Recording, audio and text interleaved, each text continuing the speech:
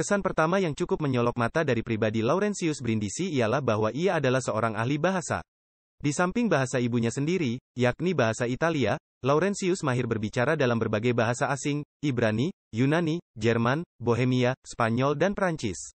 Keahliannya ini sangat membantu dia untuk mempelajari kitab suci dan menikmatinya dalam bahasa aslinya. Laurentius lahir di Italia pada tanggal 22 Juli tahun 1559 dari pasangan William dan Elizabeth Russo. Nama yang diberi kepada Laurentius ketika ia lahir adalah Julius Caesar. Kedua orang tuanya meninggal dunia ketika Julius menginjak usia remaja. Selanjutnya ia dibesarkan oleh pamannya dan disekolahkan di Kolose Santo Markus de Venice. Ketika berusia 16 tahun, ia masuk biara Fransiskan Kapusin di Venesia.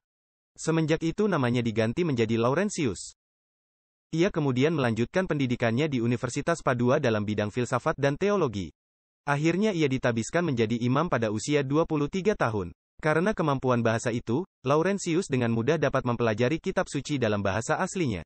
Atas permintaan Paus Clemens ke-8, tahun 1592 sampai tahun 1605, Laurentius banyak berkhotbah di Italia bagi golongan Yahudi. Kemahirannya berbahasa Yahudi meyakinkan para rabi, guru agama Yahudi, bahwa ia seorang Yahudi yang beragama Kristen. Laurentius sangat terkenal di kalangan umat. Ia seorang imam yang baik dan sangat peka terhadap kebutuhan umatnya. Maka dia juga ditunjuk sebagai pemimpin biara Kapusin di Tuscany pada usianya 31 tahun.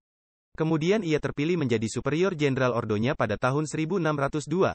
Selain itu ia juga ditunjuk sebagai pembantu terdekat dan penasehat Sri Paus.